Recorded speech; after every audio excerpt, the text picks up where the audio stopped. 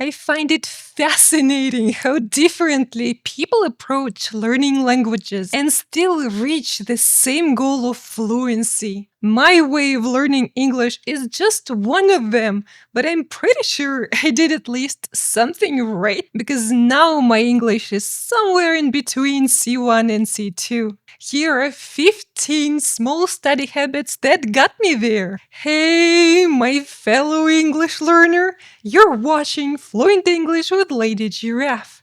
I'm Olga, and today I'm gonna share the ins and outs of my language learning routine. Let's start with something big. A huge part of my learning is reading. I've been reading almost exclusively in English for the last decade or so. I read both for pleasure and to learn something new. Reading has made the biggest difference in my knowledge of vocabulary and grammar. It also made me a more fun person to talk to. I am trying to replicate this process with my third language, and I can see the progress I'm making. You know, when I'm reading something to specifically improve my vocabulary and grammar, I tend to say the most important parts out loud. If I'm in a public space, I mumble under my breath. In this way, I can laser focus on the new words and grammar structures. It helps me memorize them better. I have one rule for myself though. I never say words out loud if I'm not sure how to pronounce them. English can be very unpredictable when it comes to pronunciation. Like you would think that if we add in to famous, it will be infamous, but no, it's infamous. Saying new words out loud really helps me remember them better. And I don't want to memorize the wrong pronunciation. That's why I always have the dictionary ready. English dictionaries have been my best friends for a long time now. I started moving away from translation dictionaries at around A2 B1 level.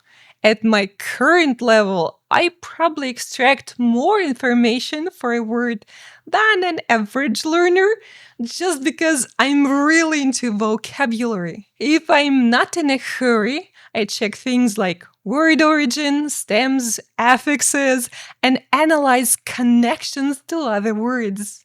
The same with grammar. I like digging deep into some grammar areas. I often search for explanations online. On the other hand, even though I try to find explanations for most things, I also accept that sometimes a phrase sounds like that just because. Dealing with uncertainties is a huge part of learning a language. You have to choose your battles wisely. Sometimes I don't understand what I'm reading or listening to 100%, and that's okay. Looking up words in the dictionary shouldn't feel like a burden. I think that around 90% of the content I consume now is in English. It was a deliberate choice on my part. My listening journey started with podcasts. Then I moved to movies, TV shows, and YouTube videos. I'm watching a lot of YouTube. Now it's mostly long essays and video podcasts on various topics. If I really like a video, I have the habit of rewatching it many times. I know that some people can't stand watching the same thing again and again. I am used to it, and I have some of my favorite content that I've rewatched dozens of times. I also have the habit of rewatching the same TV shows. I had friends in the background all the time for literally years.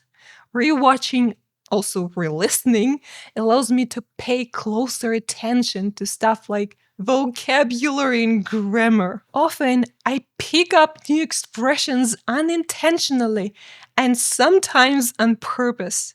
When I hear a fun expression, I repeat it out loud, look it up in the dictionary, and try to use it. Some expressions end up in the videos you're watching. Making videos is my way of using the language and boosting my active vocabulary. When I actually study languages, like with textbooks and stuff, I enjoy doing it in a coffee shop. I like the environment. A large wooden table, a cup of coffee, and people around me studying or working. The noise doesn't bother me. On the contrary, it helps me concentrate. It's more the white noise. If it's a bit too noisy, I put on headphones with lo-fi music. Also, getting out of the house and walking to the coffee shop puts me in the mood for a hyper-focused study session. I tried to do the most challenging task first. When I was preparing for IELTS, I would get into the coffee shop, order coffee, and then I would sit down with the coffee and write an essay. Essay writing was something I disliked the most, and doing this difficult task first guaranteed time well spent. Some people do the opposite. They do a simple task first to warm up. It totally depends on you. When I have a study session, I try to minimize distractions, like excessive phone use. I usually study for around 40 minutes, then take a 5 to 10-minute break. I try not to scroll the phone during the breaks. Instead, I look out of the window to let my eyes relax. Sometimes I also read a couple of pages of a book or listen to an audiobook. Instead of doing one thing for 3 hours, I prefer to mix and match different tasks. I can do some grammar exercises, read a book, do some writing activities. You get the idea. Speaking of writing, I love writing by hand. I feel like it helps me understand and learn some things like vocabulary and grammar better. Having a diary in English made me better at expressing myself and boosted my speaking fluency. Creating sentences and stories with new words and grammar structures improved my active vocabulary and grammar. Although I enjoy the process of handwriting, it doesn't mean that I don't use a computer. Typing is a necessary skill in this day and age. One thing though, while I type, I turn the spell and grammar check off. I use it only when I'm finished with the task. It allows me to be aware of gaps in my knowledge. I don't want to rely on autocorrect too much. Do you know what is the most important aspect of learning a language? Consistency. It doesn't matter how effective your learning methods are. You still need to put in thousands of hours of hard work. And to overcome the I don't feel like doing it mood, I believe that it's important to make learning a habit. I like studying in the morning when I'm the most alert. And in the evening, I watch TV shows on YouTube and read books in my target languages. I also trust the process. Even if I don't see noticeable results, I continue studying. I had English speaking lessons in the past for a year and a half, and I noticed a significant improvement in my speaking fluency only after a year of regular practice. It doesn't mean that I don't try out new methods and tasks. I like experimenting, but I also don't expect immediate results from any new study routine. Another thing that may sound silly but is surprisingly helpful is thinking in English.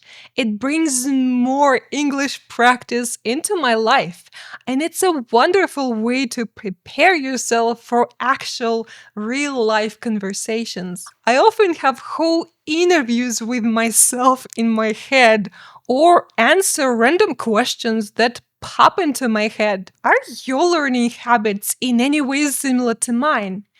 Tell me in the comments. If you want to learn more about how I started thinking in English, check out this video next. Thank you so much for watching and see you next time with more awesome language content.